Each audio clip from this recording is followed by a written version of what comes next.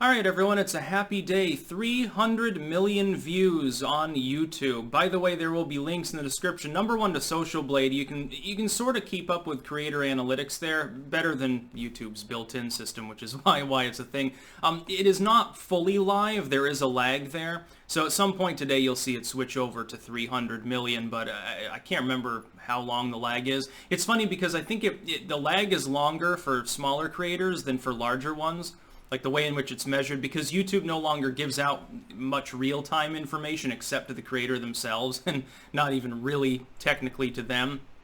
Social Blade complained about this actually months ago when they made the switch. There will be two other links though, one to BitChute and another to Odysee, which is a subsidiary of LBRY, LBRY. And the reason is this. At this point, I'm starting to get large numbers of views on these platforms. A lot of people subscribe to me on these platforms. I know 100% that 3-4 years from now, my content will all be on those sites. It'll be on BitChute, it'll be on Odysee. While I'm 99% confident it'll still be on YouTube, because my commentary, by and large, other than the swearing, let's face it, is not really that edgy. My views are not that far out of the mainstream, except on certain libertarian issues I happen to have.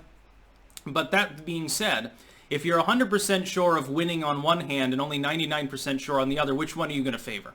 That's the way content creation works now. It's just the way that it is. For instance, we've seen people who ultimately are not that much more edgy than me kicked off of YouTube.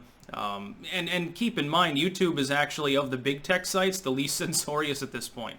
The most censorious is Twitter, which initially, like years ago, they were like very reluctant to take part in the moral crusade against like InfoWars and stuff. Now, Jack Dorsey, I guess he had an epiphany while he was wandering around in the deserts of Africa. He was listening to Toto on an old iPod, and he met an old man along the way and who told him to kick a bunch of people off the platform or something like that.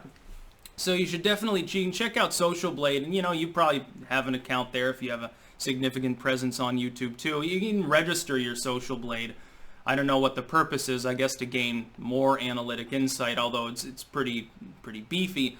But ultimately, if you're going to watch my content, while I enjoy the fact that the number of views and subscribers on YouTube has picked up again in the wake of the election, I appreciate that, and this is a huge milestone, and I'm not denigrating that at all. Again, there's always that part of me that's like, ultimately, eventually we're all going to be having to make the switch to all tech, I would assume. Even if you don't get banned, some of the people that you watch will get banned. Like, I've seen all sorts of people that I want to pay attention to kicked off the platform. Well, I still watch them on BitChute, I can still watch them on Odysee. They're still there. They have all sorts of other sites. I guess Bongino now, you've got this site called Rumble. I'm looking into that potentially. I've had some people message me about that. I'm not sure exactly how it works. I'll have to look into it a little bit more. Parler's skyrocketing right now. Minds is still growing. They're all growing.